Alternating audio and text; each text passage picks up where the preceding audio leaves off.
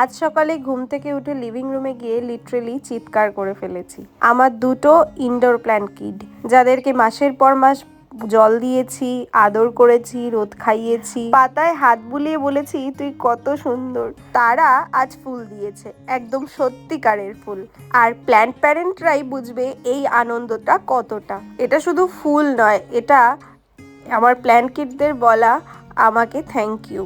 এই গাছটা যখন এনেছিলাম তখন প্রায় মরতে বসেছিল, আর কিছুটা কম দামেই তাই গাছটা বিক্রি করে দিয়েছিল।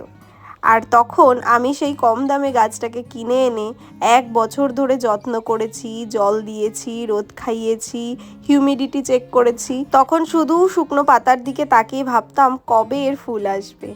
আর দেখো ফাইনালি আমাকে কিভাবে থ্যাংক ইউ জানাচ্ছে, ফুলে ফুলে ভরে গেছে।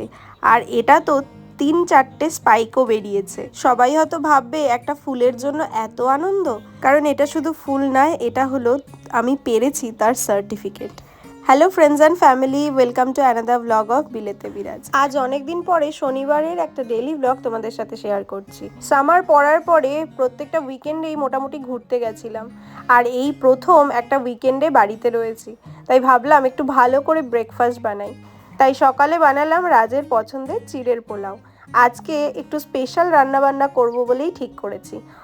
ইন্টারনেটের দৌলতে বেশ ভালো ভালো রান্নার অপশান খুঁজে পাই, আর এখানে তো চিকেন আমাদের প্রায় রোজই খাওয়া হয়, তাই ভাবলাম আজকে চিকেনটা একটু অন্য রকমভাবে ট্রাই করি। আজ তাই চিকেনের কোকোনাট কারি বানাচ্ছি। চিকেনটাকে প্রথমে লেবুর রস, লবণ আর গোলমরিচ দিয়ে একটু ম্যারিনেট করে রেখে দেবো। আর এই রান্নাটা করার জন্য বাকি বেসিক মশলাগুলোই লাগবে। প্রথমে কড়াইতে তেল গরম করে গোটা গরম মশলা আর এর সাথে একটা স্টার এনিসও দিয়েছি। এরপরে কুচি করা পেঁয়াজ ভাজতে দিলাম, আর পেঁয়াজটা ভাজতে ভাজতে আদা রসুনের পেস্টও বানিয়ে নিলাম। গত সপ্তাহ থেকে আমাদের এখানে গরমটা বেশ ভালো পড়েছে, আর একদিন তো 30 ডিগ্রি ক্রস করে গেছে। আর তখন বেশ কষ্টও হয় এখানে, কারণ এখানে ফ্যানের ব্যবস্থা একেবারেই থাকে না। যদিও গরমের হাত থেকে রেহাই পাওয়ার জন্য একটা ফ্যান আমরা কিনে রেখেছি। মশলাটা একটু ভাজা হয়ে গেলে কাশ্মীরি লঙ্কার গুঁড়ো, হলুদ আর একটু ধনে গুঁড়ো দিয়ে আবার নেড়ে নিলাম, আর তারপরে কিছুটা চেরা কাঁচা লঙ্কা দিয়ে দিলাম। আজ আমার কাছে টমেটো ছিল না, তাই কেনা টমেটো পিউরি দিয়ে দিয়েছি, না হলে এখানে টমেটো বাটা বা টমেটো পিউরি দেওয়া যেতে পারে। এরপরে সামান্য জল অ্যাড করে মশলাটা ভালোভাবে কষিয়ে নিলাম, আর তারপর চিকেনটা দিয়ে দিলাম। আমাদের এখানে চিকেনের সব পিস দিয়ে একসাথে বিক্রি খুব কম হয়, আর ড্রামস্টিকটাই এখানে খুব বেশি পাওয়া যায়। এছাড়াও ব্রেস্ট, থাই, লেগ আলাদা আলাদা পিস পাওয়া যায়। তবে আমি স্পেশালি চিকেনের গলাটা ভীষণভাবে মিস করি। চিকেনটা কষতে দিলাম, আর তার উপর একটু গরম মশলার গুঁড়ো ছড়িয়ে দিলাম, কারণ এরপরে নারকেলের দুধটা অ্যাড করলে অ্যারোমাটা নষ্ট হয়ে যাবে। রান্নার ফাঁকে একটু গার্ডেনে এলাম। আজকে আমার ব্যালকনি গার্ডেন আলো করে প্রচুর ফুল ফুটেছে। ফুল শুকিয়ে গেলে সেগুলোকে কেটে দিই, যাতে আরও বেশি ভালোভাবে গাছগুলো ফুল দেয়। লাস্ট সামারে এই ফুল গাছের চারাগুলো কিনেছিলাম। অনেকগুলো চারার মধ্যে মাত্র 2টো বেঁচে আছে। যখন বাড়ি গিয়েছিলাম তখন 2টো চারা মারা গেছে, আর এই গাছটাকে রিপোর্টিং করে দেওয়ার পরে এখন ফুলে ফুলে গাছটা ভরে উঠেছে। উইন্টারে এই গাছগুলোকে বাঁচিয়ে রাখা একটা বড় টাস্ক, তবে আমি খুব করে চেষ্টা করি যাতে শীতে গাছগুলো বেঁচে থাকে। মাংসটা কষে গিয়ে বেশ সুন্দর কালার এসছে, আর তখন দিয়ে দিলাম কোকোনাট মিল্ক। এখানে বেশ সুন্দর প্যাকেটে ঘন গাঢ় কোকোনাট মিল্ক পাওয়া যায়। দেশের সবাই গোটা নারকেল থেকেই দুধটাকে তৈরি করে নেয়, তবে এখানে একটা গোটা নারকেলের দামেই পুরো ক্যানটা পাওয়া যায়, তাই সময়ের সাথে পয়সাও কিছুটা সাশ্রয় হয়। আজ বেশ গরম পড়াতে ভাবলাম রান্না করতে করতে একটু আইস টি খাওয়া যাক। লাস্ট উইকে ম্যানচেস্টারে টেম্পারেচার 30 ডিগ্রি ছাড়িয়ে গিয়েছিল। তখন আমরা অন্য একটা শহরে ঘুরতে গিয়েছিলাম, তো সেদিন বেশ কষ্ট হয়েছিল, আর অত গরমে আমাদের চা খাওয়ার ইচ্ছেটাই চলে গিয়েছিল। তাই দোকান থেকে এই আইস টির প্যাকেটটা কিনে এনেছি। সুন্দর ঝকঝকে ওয়েদার, গাছ ভর্তি ফুল, আর সাথে এই আইস টি। আমার দিনটা আজকে একদম রিফ্রেশ হয়ে গেল। চিকেন থেকেও বেশ ভালো তেল বেরিয়ে এসেছে, আর চিকেন কষাটাও মোটামুটি রেডি। আর একটু ফুটিয়ে এটাকে নামিয়ে নেব। আজ চিকেন কোকোনাট কারির সাথে আনারসের পোলাও বানাচ্ছি।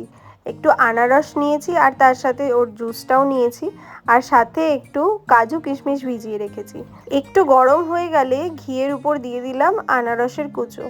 এগুলোকে একটু রোস্ট করে নেব। এরপর দিলাম কাজু আর কিশমিশ, সব কিছু একসাথে ভালোভাবে ভেজে নিলাম। যদিও এই রেসিপিটা করার সময় আমি ভীষণ স্কেপটিক্যাল ছিলাম, জানি না এর স্বাদ কীরকম হবে, ফার্স্ট টাইম ট্রাই করছি। আর রাজকে যখন আমি এই কম্বিনেশনটা বলেছি, ও তো একেবারে চোখ ছানা বড়া হয়ে গেছে। আজকে পুরো রান্নাটা মনে প্রচুর ভয় নিয়ে করেছি।